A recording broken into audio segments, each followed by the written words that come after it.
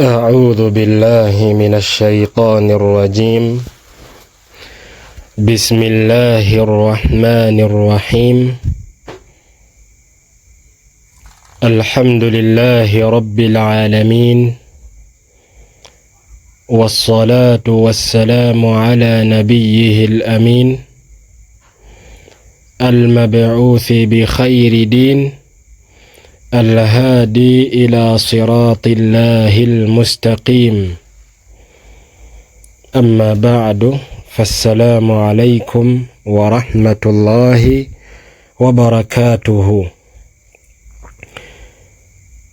Atenderezebwa eyatutonda, eyatonda ensi n'amagulu n'ebiri mu bitonde ebyo byonna, yennyini kubitonda. Atenderezebwa, tumwebaza Allah byonna byazza tukolera mu bulamu bwaffe. Bingi nnyo Allah byatukoledde mu bulamu bwaffe nga toyinza bibala n'obimalayo. Ate nga mu byonna byatukolera, atukolera oluusi nga tetumusabye na musaba, naye ku lw'ekisa kye ekingi n'abituwa tumwebaza Allah era nga tumusaba atongeze mu birungi by'alina, kubanga amawanika ge Allah tegaggweesa. Tusaba Allah atongere mu birungi by'alina. Olunaku olwaleero, ennaku z'omwezi ziri 5 omwezi ogwa Sha'ban omwaka 1445. Kiba kitegeeza tubuzaayo ennaku mbale bubazi tuyingire omwezi gwaffe ogwa Ramadan. Tusaba Allah atutuuseeyo nga tukyali balamu, ate atuteekemu abo abanaagusiiba, abanaagukoleramu emirimu egy'ettendo eginaatugasa wano n'oluvannyuma. Ate ennaku enzungu olwaleero ziri ennaku z'omwezi 15 omwezi ogwokubiri 2024. Nga bwe twalaganyisizza nti tugenda kutandika okunnyonnyola ekimu ku bitabo byaffe eby'ettendo ekiyina omutwe ogugamba Tuhfatul Mawlud bi Ahkamil Mawlud, ekirabo eri omwagalwa ekirina amateeka agakwata ku muzaale. Nga omuwandiisi w'ekitabo kino ye Shamsuddin Abi Abdillah Muhammad ibn Qayyim al-Jawziyya ye yakiwandiika ekitabo kino eky'ettendo, nga kopi gye tugenda okweyambisa ahadithi ezajjiramu ne athari ez'enjawulo ezajjiramu, ahaqqaqa athari ezo, atulaga obunywevu n'obunafu bwazo, y'omukenkufu amanyikibwa Abdul Qadir al-Arnaut rahimahullah. Yagenda okubanga ahaqqaqa ahadithi ezajjira mu kitabo kino ne athari ez'enjawulo omuwandiisi waakyo ze yassa mu kitabo kino. Tusaba Allah atukwatireko nga bwe tutandiiseeko olugendo luno, atusobozese tubeere nga tuluggusa. Omuwandiisi w'ekitabo kino yassaako ennyanjula gye sijja kwetooloola nnyo, njagadde tuddukire ddala tutandike okubanga tufuna emigaso gye yatussizaamu, era nga ekitabo kye kino yakissaamu emiryango 17. Omulyango ogusooka yaguwa omutwe ogugamba nti albaabu al-awwal fi istihbaabi talabu al-awlad. Omulyango ogusooka ogulaga okukubirizibwa n'okwagalibwa kw'okussaawo amakubo ag'okunoonya omwana. Gwe mulyango ogusooka mpaka omulyango gwe-17 ogusemba mu kitabo kino. Omumanyi waffe ono gwe yattontoma obulamu bw'omuntu okuviira ddala ku ttondo mpaka obuddo bwe either nga bujja kubeera jjana oba omuliro. Tusaba Allah fenna atutaase omuliro. Era nga tugenda kutandika n'omulyango ogusooka. Ndowooza olusisinkana luno tugenda kuba tugumalayo omulyango guno. Tusaba Allah atusobozese. Tugambye omulyango guno yagamba nti albaabu al-awwal fi istihbaabi talabu al-awlad. Fi istihbaabi talabi al-awlad. Omulyango ogulaga obwetaavu obw'okubanga omuntu asaba oba assaawo amakubo ag'okunoonya omwana. Yajja ne aya eri mu suratul Baqara aya ya 187 Allah mwe yagambira nti fal'ana bashiruhunna wabtaghu ma kataba Allahu lakum. N'olwekyo Allah yali ayogera ku mwezi gwa Ramadani. Mu kusooka abasiibi baali tebakkirizibwa okwegatta ne bakyala baabwe mu mwezi gwa Ramadani, si misana si kiro. Allah n'atuusa akaseera najjayo oba najjawo ennamula eyo nakkiriza abantu n'agamba nti fal'ana bashiruhunna wabtaghu ma kataba Allahu lakum. Okuva n'olwaleero mugende eri bakyala bammwe mu nsonga ez'ekikulu era nga mu kyo nga munoonyaamu ekyo Allah kye yabawandiikako. Nga munoonyaamu ekyo Allah kye yabawandiikako. Abamanyi baffe bwe baali bavunula ekyo Allah kye yabawandiikako kye baba banoonya mu kikolwa ekyo, abamu bagamba nti mwana. Allah gwe yali ategeezaamu oba abaana, munoonye abaana. Nga omuwandiisi waffe yatulaga nti amakubo omwajjira ekigambo ekyo manafu, nankubadde nga gye kiri ojja kukisanga. Amakulu amalala abamanyi baffe abalala ne bagamba nti Allah kyali ategeezaamu nti era munoonye ekyo Allah kye yabawandiikako nga kyekiro kya Laylatul Qadr. Nga kyekiro kya Laylatul Qadr. Ekyo ekigambo nakyo ne kibeerawo awo. Abalala ne bagamba nti munoonye ekyo Allah kye yabawandiikako mu mpeera eziva mu kikolwa kye muba mugendamu eky'obufumbo, ekikolwa eky'obufumbo eky'okwegatta. Ate omuwandiisi waffe Ibn Qayyim ye n'agatta byonna n'agamba nti byonna kisoboka okubanga Allah yali abitegeeza.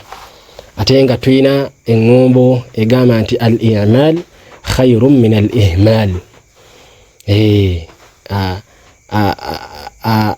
Abayizi ba irimu ekigambo ekyo bakimanyi bulungi. Kati mu aya eyo Allah yatulaga nti tugende eri bakyala baffe nga bwe tunoonya ebyo Allah bye yatuwandiikako. Mu byo omuntu bw'ogenda mu kikolwa eky'obufumbo, ebimu ku bintu by'oyinza okusuubira nti binaavaamu kwe kuvaamu omwana. Wabittaali oba otaddewo ekkubo ery'okunoonya omwana.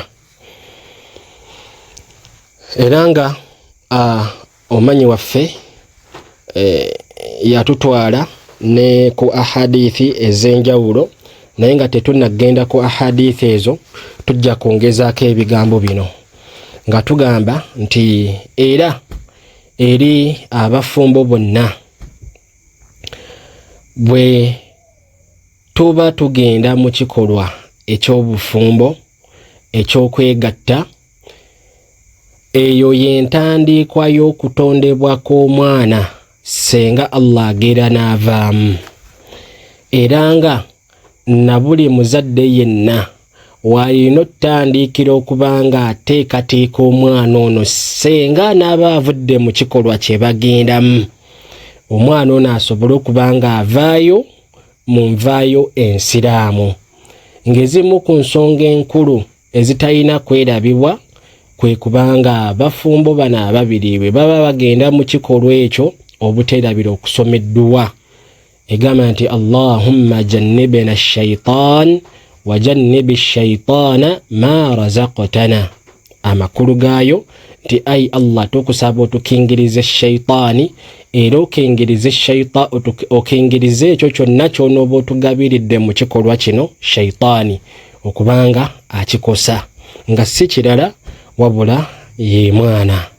Eyo dduwa nkulu nnyo era okumanya nkulu nnyo nabbi yagamba nti senga Allah agera mu kikolwa ekyo ne kivaamu ezzadde ne kivaamu omwana tajja kusembererwa shaytaani lubeerera. Enkwe za shaytaani ezandivudde mu kkubo eryo senga baali tebasomye edduwa eyo ku lw'okusomebwa kwayo tezijja kutuuka ku mwana oyo. Kale edduwa eyo nkulu abazadde twandibadde tugitunuulira na buli bwe tuba tuteekateeka ensonga ezo okubanga zigenda mu maaso. Kiba kitegeeza bwe tutasoma dduwa eyo shaytaani eba efunye chansi okubanga esemberera ezzadde lino Allah lyaba atugabiridde mu kikolwa ekyo. Ate nga amajinni senga galumba omuntu okukosa kwe gamutuusaako ffenna tukumanyi n'embeera gye gassaamu omwana ono ffenna twagirabyeko. Gayinza n'okumutuusa ku ddaala ery'okumugwisa eddalu, gayinza n'okumutuusa ku ddaala ery'okubanga taba na magezi bulungi, abeera mukendeevu mu butonde bwe, gayinza n'okumutuusa mu mbeera nga tajja kubeera wa mugaso, agenda kubeera munafu lubeerera mpaka kufa, agenda kulwalirira na buli kadde n'ebirala ebyefanaganako bwe bityo nga kivudde mu kubanga tetwafaayo kumutangiza shaytaani bwe twali tumuteekateeka mu kiseera eky'okwegatta. Kale ekyo nakyo kikulu nnyo njagadde tukimanye. Omuwandiisi waffe era mu mulyango gwe gumu gwe tuliko n'atuleetera hadithi eya Anas, nga Anas yagamba nti kana Rasulullahi sallallahu alayhi wa sallam ya'muru bil ba'a. Nabbi sallallahu alayhi wa sallam yalinganga alagira abantu okubanga bawasa, wa yanha anit tabattuli nahyan shadida. Era nabbi yazizanga abantu okubanga besamba okuwasa n'okufumbirwa oluziiza oluzito nga kivumirira ddala nga takikkiriza.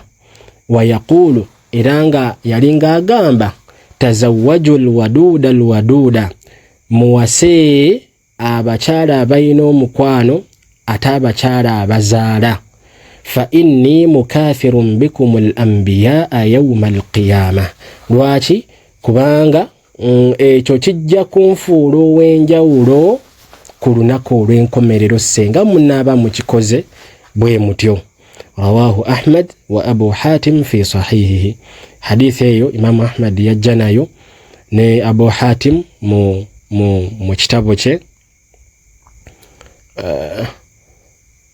yajja ne hadithi era nga omukakasa wa ahadithi nga bwe tumwogeddeko waggulu awo yagamba nti hadithi eno abamanyi baffe bawererako ddala bagiswahaha nga Ibn Hibban, ate Imam al-Haythami yagamba nti yo hadithi nungi mu kitabo kye Majma'u az-Zawaid. Nagamba nti mu lujegere lwayo mulimu omusajja, nga omusajja ono bwe yali nga akyali mu myaka egy'ekibubuka yali talina buzibu, naye bwe yakula najja anafuwamukko mu kukwata nanafuwamuko mu kukwata ku lw'emyaka. Ate ako bwe tudda mu irimu ya hadithi abamanyi baffe aba hadithi bakabalanga kamogo. N'olw'ensonga eyo hadithi ze ne zibanga zinamuko bunafu ku lw'embeera eyo tomanya eno yandibanga yajogera oluvannyuma lw'okubanga yali akuliridde mu myaka ng'obwongo bwanafuwa.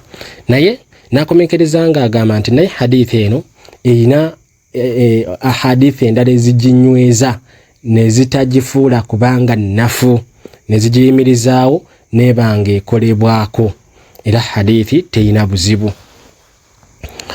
Natuwa ne hadithi endala eva ku Maqil ibn Yasar yagamba nti lumu omusajja yajja ewa Nabbi sallallahu alayhi wasallam n'amugamba nti owange gumubaka wa Allah, inni asabtu mra'atan dhata husnin wa jamal, nti nafunyeeyo omukyala ng'omukyala ono mbooko, mukyala munyirivu mubalagavu bulungi ate nga yeegombesa omutunulako. Naye wa innaha la talid, naye omukyala ono ekyembi tazaala. N'olwekyo afa atazawwajuha, owange gumubaka wa Allah omukyala ono mmuwase? Nabbi n'amugamba la, nedda tomuwasa. Oluvannyuma omusajja n'addamu ekibuuzo kye kimu omulundi ogwokubiri, Nabbi n'amugamba nedda. Era n'akiddamu n'omulundi ogwokusatu, Nabbi era n'amugamba nedda. Oluvannyuma Nabbi n'amugamba ng'agamba ye n'abasigadde bonna nti tazawwajul waluda fa inni mukathirun bikum, muwase abakyala abazaala kubanga ekyo kigenda kunfuula ow'enkizo eri abasigadde bonna bannange bannabbi bannange ku lunaku olw'enkomerero. Nga neyo hadithi omuwandiisi waffe yagireeta nga yatugamba nti olujegere lwayo lulungi, olujegere lwayo teruyina buzibu. Hadithi eyokusatu eva ku Abdullah ibn Amr yagamba nti mazima ddala omubaka wa Allah okusaasira n'emirembe bibeere ku ye yagamba ankihu ummahatil awlad fa inni ubahi bikum yawma alqiyama. Nabbi yagamba nti muwase abakyala abazaala, muwase abakyala abazaala. Bwabanga mukyala yazaddeko ako kaba kabonero kalaga nti mukyala azaala, naye bwabanga tazaalangako tutunulira gyava ewaabwe, bakyala banne abazaalibwa naye baganda be abazaalibwa naye bo bali batya, olulyo lwabwe luli lutya mu nsonga z'okuzaala. Senga baba bazaala kiba kitegeeza noono aba alina chances nnyingi ez'okuzaala. Kati abo Nabbi bagamba nti abo be muba muwasa kubanga nze ngenda kubennyuminkirizaamu ku lw'ekikolwa ekyo ekyokubanga mwawasanga bakyala abazaala ate ne muzaala abaana bangi, ngenda bennyuminkirizangamu ku lunaku olw'enkomerero. Oluvannyuma era n'aleeta hadithi endala eya Aisha mama wabakkiriza, mama waffe yagamba nti yagamba omubaka wa Allah okusaasira n'emirembe bibeere ku ye, annikahu min sunnati wa man lam ya'mal bisunnati falaysa minni watazawwaju fa inni mukathirun bikum al-umama yawma al-qiyama. Nabbi yagamba okuwasa nkola yange, era nabuli yenna takolera ku nkola yange abassi wa muffe, era muwase kubanga ekyo kigenda kunfuula ow'enkizo okwawukana ku mirembe egisigadde gyonna olunaku olw'enkomerero. Oluvannyuma era n'aleeta hadithi endala eva ku Abi Hurayra ng'agamba nti Nabbi wa Allah okusaasira n'emirembe bibeere ku ye yagamba innal abda la turfa'u lahu daraja fayaqul ay rabbi anna li hadha fayaqul bistighfari waladika laka min ba'dik. Yagamba nti okumanya jukira ali mu kutulaga obulungi obuli mu kuwasa okuwasa okwo ne kuvaamu ezzadde. Agambye nti egimu ku migaso omuntu gy'ayinza okufuna mu kubanga afuuka omuzadde nti kwe kubanga innal abda la turfa'u lahu daraja, omuntu omuddu Allah bwali bamusaasidde n'amuyingiza ejjana, fenna gye tusaba Allah ojje tuyingiza, aliraba Allah ng'amuwanika amadaala, kyokka emirimu gye yakola ye nga ye nga tegimutuusa awaawo, naye ng'alaba Allah amuwanika amadaala mpaka tukena okugamba nti owange gwe mulezi wange, bino byonna bivuddewa, ate okwambuka amadaala kuno ate kuvuddewa. Olwo nno Allah mugambe nti ekyo kizze ku lw'okusabirwa kw'omwana wo kwe yakusabira, ku lw'edduwa omwana wo gy'akutaddemu, gye yakussaamu, ge madaala gano amangi okubanga gambuka. Jjukira ebimu ku bintu omuzadde byabanja omwana kwe kubanga amusabira, ate ebimu ku bazaale bye bandibadde tebamma abazadde baabwe kwe kubasabira Allah bayingiza ejjana n'obbawanika amadaala mu yo. Ate omuwandiisi waffe n'atuleetera hadithi endala eri mu sahihu Muslim, nga hadithi eva ku Abi Hassan yagamba nti tuufiya benaani li, lumu yagamba nti nafiirwa abaana bange babiri. Fakultu li Abi Hurayra, neŋŋamba Abi Hurayra nti sami'ta min rasulillahi sallallahu alayhi wa sallam hadithan tuhaddithnaahu tutayyibu bihi anfusana an mautana. Owange gwe Abi Hurayra, oyinayo hadithi yonna gye waawulidde ng'eva ku nabbi wa Allah ng'esobola okuba ng'etutebenkeza n'okutuggonjoola n'okutulyoya emyoyo gyaffe okusinziira ku kino ekiba kitutuuseeko kati nga kino ekindiko nti nafiirwa abaana? Qaala naam. Abu Hurayra namugamba ye. Nabbi yagamba sigaaruhum daamisul janna. Nabbi yagamba abo abaana baabwe abo ababafaako nga bakyali bato, daamisul janna, bagenda kubeera bamujjana, nga bagiddiŋŋana, agiyingira nga bw'ayagala n'agitambulamu neyegazaanya mu yo nga bw'ayagala. Abo abaana ababafaako nga bakyali bato.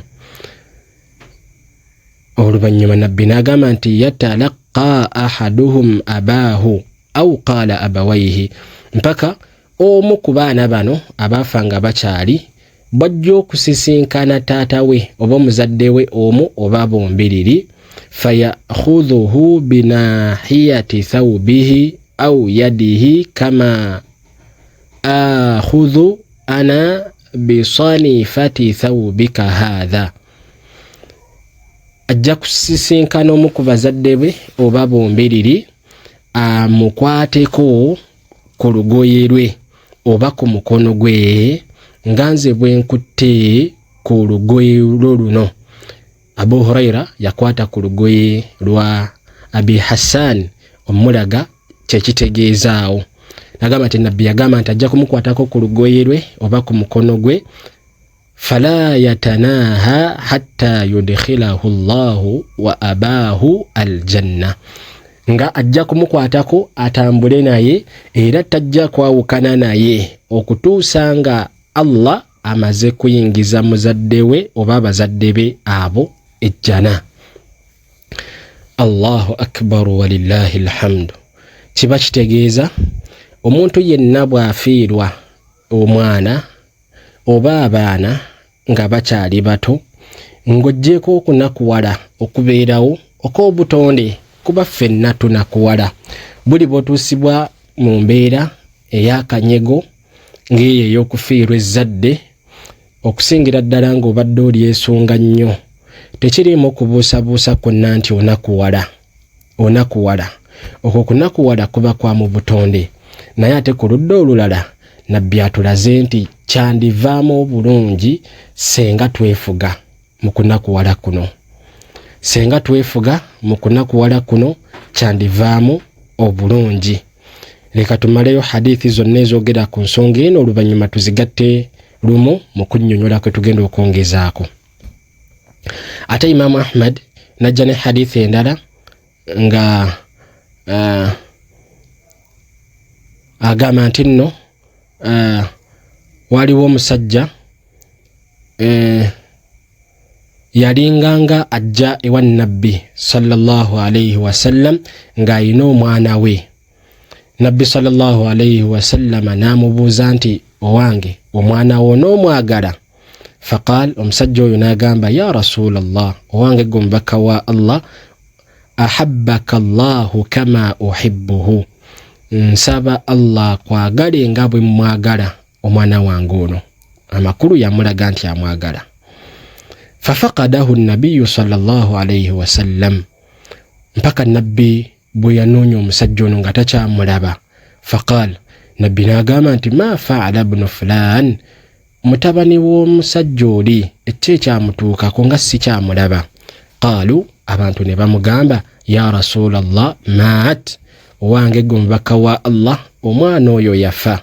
Faqala Nabiyyu sallallahu alayhi wasallam li abihi, Nabbi kwe kugamba kitaawe omwana oyo, ama tuhibbu alla ta'tiya baban min abwabil jannati illa wajadtahu yantadhiruka alayhi, owange gwe omuzadde w'omwana oyo, tekikusanyusa okubanga olunaku lw'enkomerero bwe luliba lutuuse nga tosemberera mulyango gonna mu miryango gy'ejjana okujjako nga ojja kusanga mutabani w'oyo ng'akulindiridde ku mulyango ogwo, amakulu ng'ayagala muyingire naye akuyingize mu jjana. Faqala rajulun, omusajja kwe kugamba Nabbi nti alahu khassatan ya Rasulallah aw likullina, owange gwe omubaka wa Allah ekyo nkiwulidde, naye ekyo kyeyawulidde ku nze ne mutabani wange oyo yekka oba ku ffe ffenna nti nabuli abaafunye embeera nga nze gye nafuna kibeera bwe kityo. Qaal, Nabbi kwe kumwanukula n'amugamba bal likullikum, nedda wabula ekyo kyammwe mwenna, ti nabuli yenna afiirwa omwana ne yeefuga agenda kuba amukolera ng'ekyo kyenkugambye nti mutabani wo agenda kukolera. Ate natuleetera mu kitabo kya Imaamu Ahmad kyennyini, omuwandiisi waffe natuleetera hadithi ng'eva ku Abdullah ibn Abbas, yagamba nti nawulira omubaka wa Allah okusaasira n'emirembe bibeere ku ye ng'agamba man kana lahu faratani min ummati dakhala aljanna, tinabuli yenna mu bantu ba umma yange, abantu b'ekibiina kyange, alibeera n'abaana babiri nga bamufaako nga bakyali bato, agenda kuba ayingira ejjana. Ku lwekyo ajja kuweebwamu ejjana kasitaba nga yagumiikiriza ne yeefuga. Faqalat Aisha radhiyallahu anha, Aisha okusima kwa Allah kubeere ku ye kwe kugamba bi abi anta wa ummi, nkulayirira ggwe omubaka wa Allah, faman kana lahu farat, ate butyanga omuntu oyo yalina omwana omu yekka eyamufaako ng'akyali muto. Faqal waman kana lahu faratun ya muwaffaqa, Nabbi n'amugamba nti n'oyo alina omwana omu eyamufaako ng'akyali muto naye era kiba bwe kityo. Faqalat faman lam yakun lahu faratun min ummatik, Aisha kwe kuddamu n'amubuuza nti wange omubaka wa Allah, ate butyanga oli teyalinaako mwana yenna eyamufaako ng'akyali muto mu bantu b'ekibiina kyo kino. Qaal, Nabbi kwe kumugamba fa ana faratu ummati lam yusabu bimithli, Nabbi n'amugamba nti yenna tafiirwangako ku mwana yenna, ate nze ngenda kubeerawo, ngenda kuba nze omuwolereza w'abantu b'ekibiina kyange.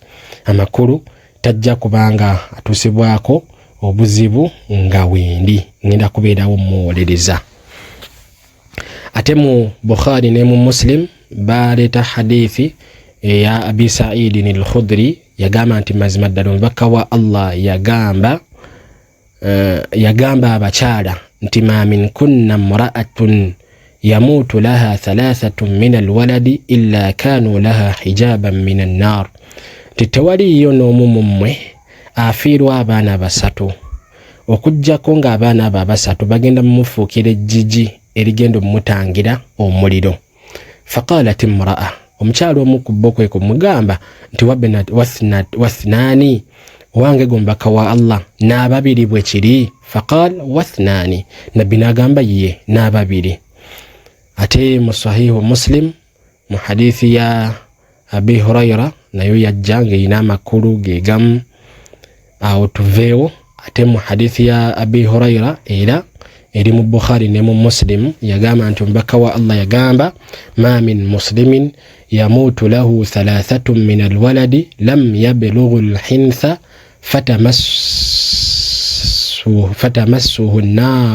fatamassuhu an-naru illa tahillata alqasam.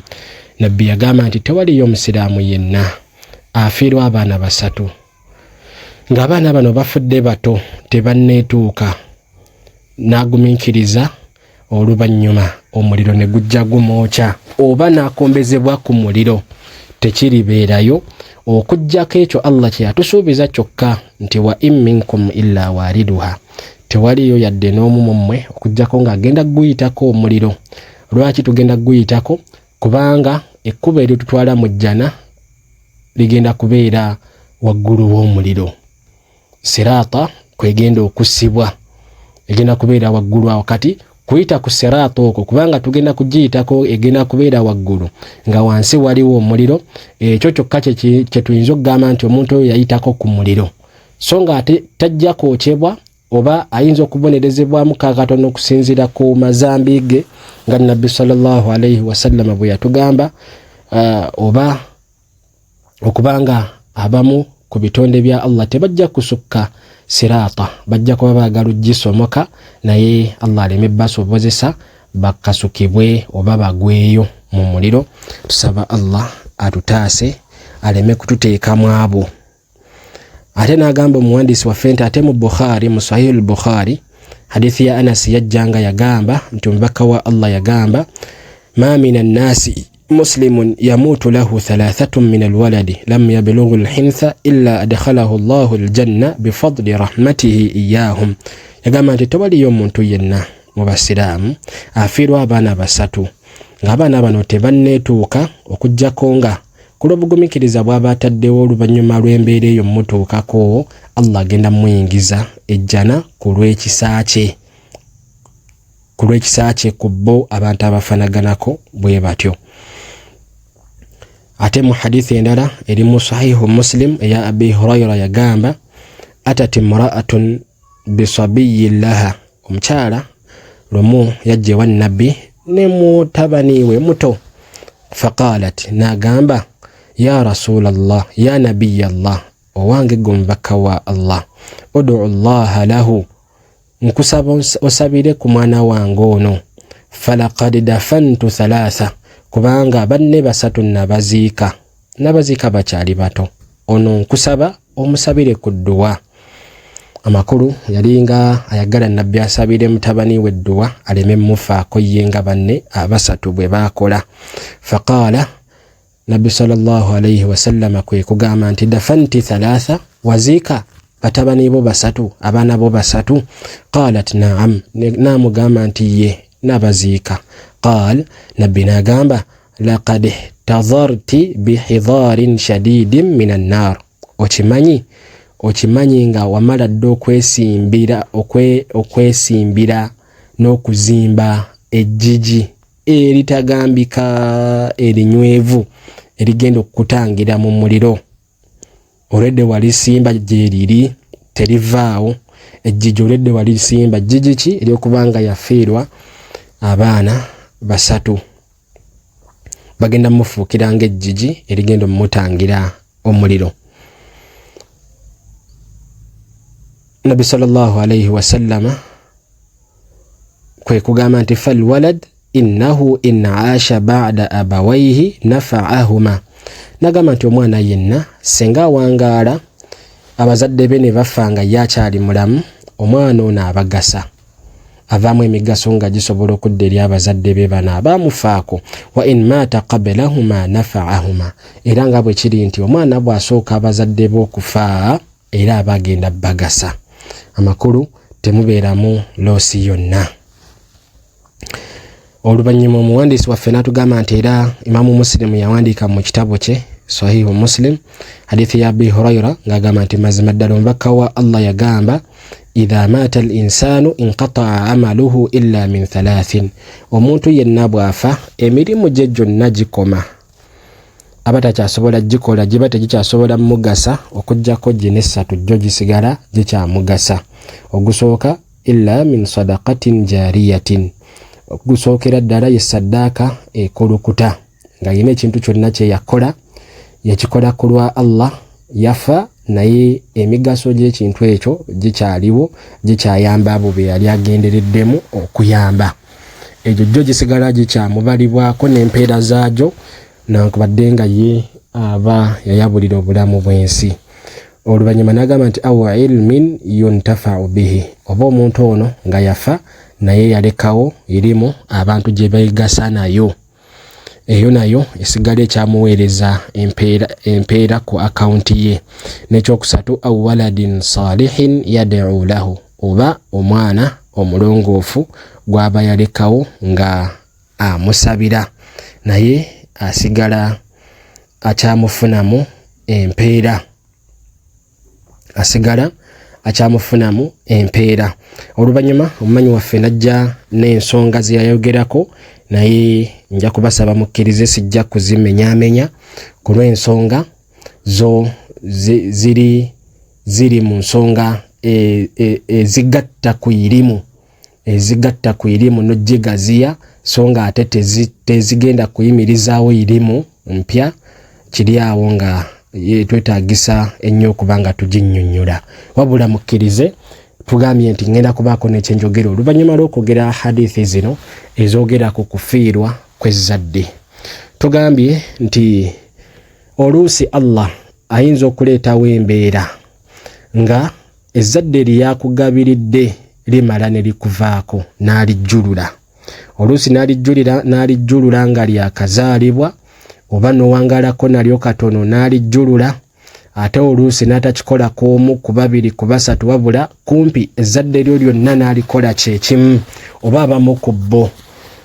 Abasinga obungi mu ffe Allah bw'amutuusa mu mbeera eyo, ku lw'okweraliikirira okungi tukomenkereza tuwaba ne tuyingira mu makubo amalala nga ekkubo lya shiriki.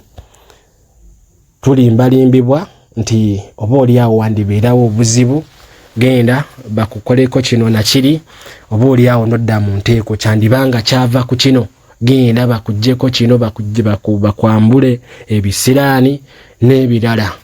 Omuntu akomenkereza ajjulukuse omutima nakkiriza agende ku lw'okwagala abaana bano, so nga ate takimanyi nti ebikwatagana n'ezzadde okufuna n'obutalifuna byonna biri mu mikono gya Allah, era ye kyasalawo kyekibeerawo. Bw'abanga alina kye yasalawo ne bw'oligenda mu basawo ab'ensi eno yonna bakukoleko emikolo, batereze embeera zo, batereze ensonga zo, tebali kugasa, so nga ate oba ogguddewo omulyango munene ogutalina mulyango munene guli waggulu ogulimu obusungu bwa Allah ogw'okukola shiriki.